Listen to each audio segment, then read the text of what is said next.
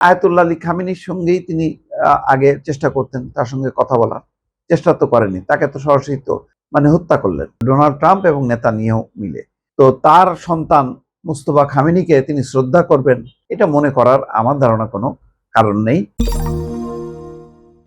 আগেও বলেছি, বিশ্ব জানে যে ট্রাম্পকে বোঝা খুব কঠিন। কখন তিনি ঠাট্টা করেন, কখন তিনি সত্য কথা বলেন, কেউ বুঝতে পারে না। সম্ভবত তার আশেপাশে যারা থাকে তারাও রিড করতে পারেন না। যারা রিড করতে পারেন কিছুটা, তারা টিকে যান, অন্যরা পারেন না। যেমন তিনি সর্বশেষ বলেছেন যে যুদ্ধবন্ধের যে আলোচনা, সেখানে তিনি মনে করছেন যে মোস্তফা খামেনি যুক্ত, এবং এই কারণে তিনি তার সঙ্গে দেখাও করতে চান। দেখেন, রিপোর্টটা একটু শোনেন, শুনলে বুঝতে পারবেন যে এই কথার মধ্যেও আবার তার যে প্রতিপক্ষ মোস্তফা খামেনি সম্পর্কে তার একটা অশ্রদ্ধাও আছে। ডোনাল্ড ট্রাম্প দাবি করছেন যুদ্ধ বন্ধের চলমান আলোচনার সঙ্গে ইরানের সর্বোচ্চ নেতা মুস্তফা খামেনিও যুক্ত।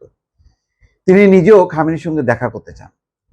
বুধবার নিউ ইয়র্ক পোস্টে প্রকাশিত সাক্ষাৎকারে ট্রাম্প বলেছেন তিনি, অর্থাৎ মুস্তফা খামেনি, আলোচনায় যুক্ত হয়েছেন। আমার মনে হয় সেখানে তাকে সবাই বেশ শ্রদ্ধা করে, অর্থাৎ ইরান শ্রদ্ধা করে। মনে হয় কি, সত্যি সত্যি তো তাই। যাই হোক, খামেনির শারীরিক অবস্থা সম্পর্কে জানতে চাওয়া হলে ট্রাম্প বলেন, আমি জানি না, তার সঙ্গে দেখা করার সুযোগ এখন আমার হয়নি। এটা কে না জানে। যদি আপনি খবর দেখেন তাহলে বিশ্বাস করবেন যে তার শরীরের অনেক অঙ্গ প্রত্যঙ্গই ক্ষতিগ্রস্ত হয়েছে। তাহলে কি ধরনের একটা আচরণ তার প্রতি? তাহলে আপনি এরকম যদি মনেই করেন যে তিনি আহত, তার অঙ্গ প্রত্যঙ্গ ক্ষতিগ্রস্ত হয়েছে, তাহলে আপনি দেখা করতে চান আর উনি দেখা করবেন, এটা মনে করলেন কেন? ইরানের সর্বোচ্চ নেতার সঙ্গে বৈঠক করবেন কিনা এমন প্রশ্নের জবাবে তিনি বলেন, হ্যাঁ, আমি তার সঙ্গে দেখা করতে চাই। আমি সবার সঙ্গেই দেখা করতে পছন্দ করি। পরিস্থিতি কেমন দাঁড়ায় সেটির উপর ভিত্তি করে হয়তো কোনো এক পর্যায়ে আমাদের বৈঠক হবে। ইরান যুদ্ধ শুরু হওয়ার পর থেকে মোস্তফা খামেনিকে প্রকাশ্যে দেখা যায়নি। টেলিভিশনে তার যেসব বিবৃতি তার নামে প্রকাশ করা হয় বা প্রচার করা হয়, সেগুলি সংবাদ উপস্থাপক জাস্ট রিড করেন, পড়েন।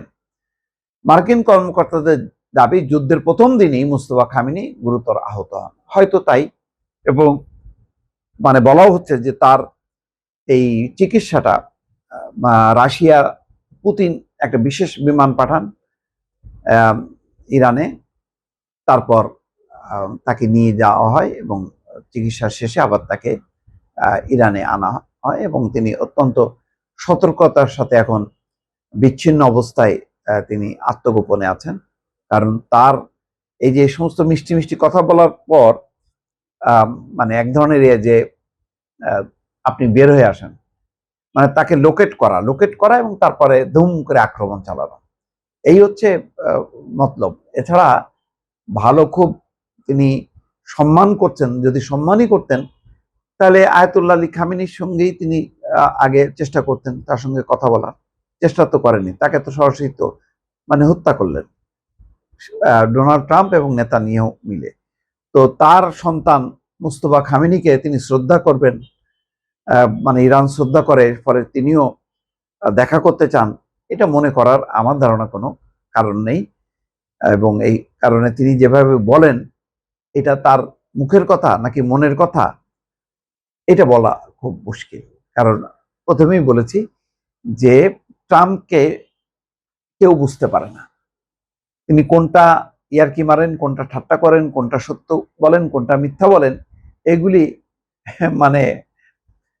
আবিষ্কার করা একটা রীতিমতো খুব কঠিন একটা কাজ। দর্শক।